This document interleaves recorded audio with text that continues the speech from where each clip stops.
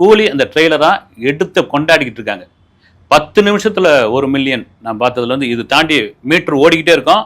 இந்த தேவா யாருன்னு தெரிஞ்சும் விளையாட்டு காட்டியிருக்கான் பாருன்ற ஒரு வசனம் போதும் தியேட்டர் தெரிக்கும். அதுதாங்க ரஜினி.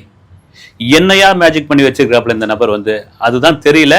அதெல்லாம் தாண்டி கூலி கூலி கூலின்னு இதை மறுபடியும் சொல்றதுக்கான காரணம் என்னன்னா, இந்த 2025 மிக முக்கியமான படம் தமிழ் சினிமாவில் கூலி தாங்க. எந்த படம் இட்டு கொடுத்துருக்க ரைட்டு, பெரும் வசூல் ஒண்ணு வேணும் இல்ல. இதுக்கப்புறம் கூலிக்கு அப்புறம் டிசம்பர் வரைக்கும் பெரிய ஹீரோக்களுடைய படம் இல்ல. அதனாலதான் ஒட்டுமொத்தமா கூலியினுடைய 1000 கோடி அடிக்கும். கூலி என்ன பண்ண போகிறது?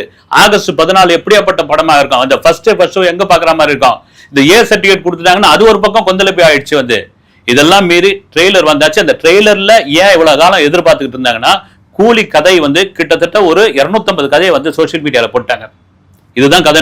இந்த ட்ரெய்லரை பார்த்து கூட என்ன கதைன்னு நம்மளால கெஸ் பண்ண முடியாது. அதுல ஒரு மேஜிக் கண்டிப்பா வச்சிருப்பாரு. இதெல்லாம் மீறி மிக சந்தோஷமான எனக்கான ஒரு விஷயம் என்னன்னா, சத்யராஜோடைய டைலாக் ஏற்கனவே அவருடைய கேரக்டர் என்னவா இருக்குன்னு நான் கெஸ் பண்ணது. ஆர்பர்ல இருக்கிற இந்த பவர் ஹவுஸ், அந்த பவர் ஹவுஸை கண்ட்ரோல் பண்ற ஒரு கண்ட்ரோலரா இருப்பார்னு நினைக்கிறேன். அவர் பவர் ஹவுஸ் அவர் கையில தான் இருக்குன்னு நினைக்கிறேன். அவர் சொல்லத்தான், இவ்வளவு நாள் ஒருத்தனை ஆஃப்லைன்ல வச்சிருந்தேன், இதுக்கப்புறம் விட்டனா வேறன்னும் பொழுது 2 பேருக்கு நண்பன் ஆயிடுச்சு. ஏன்னால் ஆரம்பத்துல மிஸ்டர் பாரத் ஆகட்டும், தம்பிக்கு எந்த ஒரு ரஜினி படங்கள்லாம் சத்யராஜ் ஸ்கோர் பண்ணியிருக்காரு.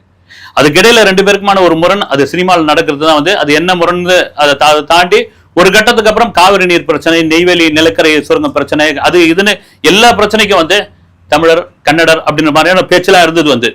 எதிரும் புதிரும் ஆயிடுச்சு. ரஜினி ரசிகர்கள்லாம் அவ்வளவு விமர்சனம் பண்ணியிருக்காங்க சத்யராஜ.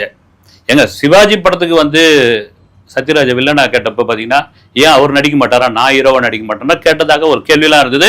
காலம் மாறும் காட்சிகள் மாறும். எல்லாருக்கும் ஒவ்வொரு வயசு இருக்கு இல்லைங்களா, ஒரு மெச்சூரிட்டி இருக்குல்ல. இப்ப சத்யராஜே கூட பார்த்துருக்கலாம். நாம நடிக்க வந்த புதுசுல பார்த்த ரஜினி இன்னைக்கு எந்த உயரத்துல இருக்காரு, இந்தியாவுடைய ஐக்கானா இருக்காரு. நமக்கும் அதெல்லாம் தாண்டி ஒரு வயசாயிடுச்சு. இன்னைக்கு எல்லா இதுவும் பண்ணிட்டு இருக்கோம். கூலி ஒரு முக்கியமான படம், ரைட் பண்ணலான்னு. ஆனால் எப்படி எதிரிகளாக சித்தரிக்கப்பட்ட 2 பேரும் இன்னைக்கு நண்பர்களாக இந்த படத்துல இருக்காங்கன்னு பொழுது வேற லெவல். அதுல கூட ஒரு டைலாக் வரும், ஸ்ருதி ஹாசன் தான் மகள்னு தெரிஞ்சு போச்சு, சத்யராஜோட மகள்னு. எங்க அப்பா அப்படின்னு, உனக்கு அப்பாவா இருக்கலாம், அதை தாண்டி எனக்குன்னு சொல்ற இடத்துல கிளாப்ஸ் அடிக்கும்.